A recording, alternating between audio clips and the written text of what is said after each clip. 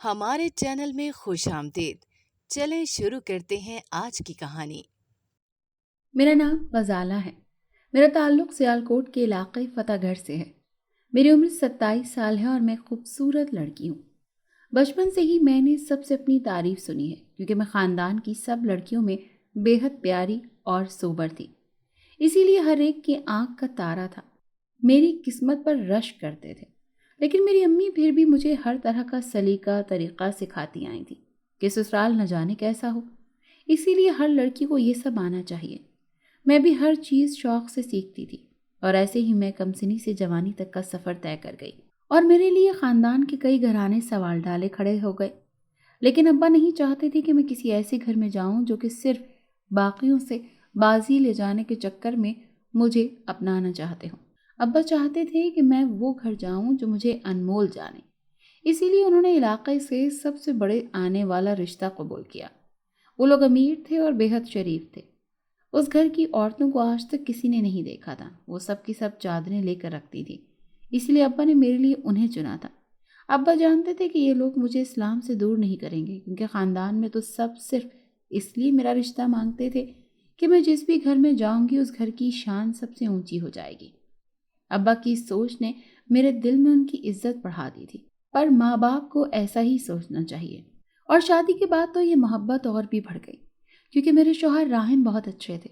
ان کی سنگت پا کر میں تو جیسے نکھر سی گئی تھی اور میں بھی اس گھر کے اصولوں کے مطابق ڈھل گئی تھی۔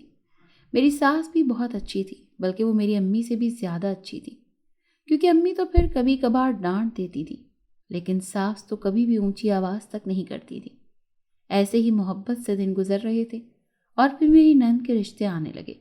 وہ بہت اچھی تھی اور پیاری بھی، لیکن بس اس میں ایک چھوٹی سی خامی تھی کہ اس کے چہرے کے بائیں طرف گرہن کا نشان تھا جس سے اس کا حسن چھپ گیا، پر وہ صورت سے زیادہ سیرت سے پیاری تھی۔ اس کے بہت سے رشتے آئے اور اس کی شادی ہو گئی۔ میں بہت خوش تھی، لیکن این شادی کے دن نورین نے اپنا کمرہ بند کر لیا اور کسی صورت کمرے سے باہر نہ نکلی۔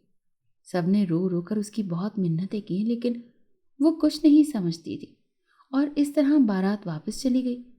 بارات واپس جانے کے بعد وہ میرے پیروں میں آ کر گر گئی اور معافی مانگنے لگی کہ میں حیران رہ گئی۔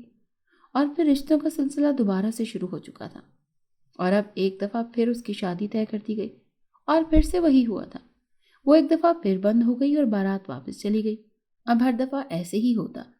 مجھے بڑا غصہ آتا تھا کہ ہمارے معاشرے میں جہاں ایک لڑکی میں ذرا سی خامی بھی ہو تو لوگ اسے بیاہتے نہیں، لیکن اتنی بڑی وجہ سے باوجود بھی نورین کے رشتے آ رہے تھے اور وہ قدر نہیں کر رہی تھی۔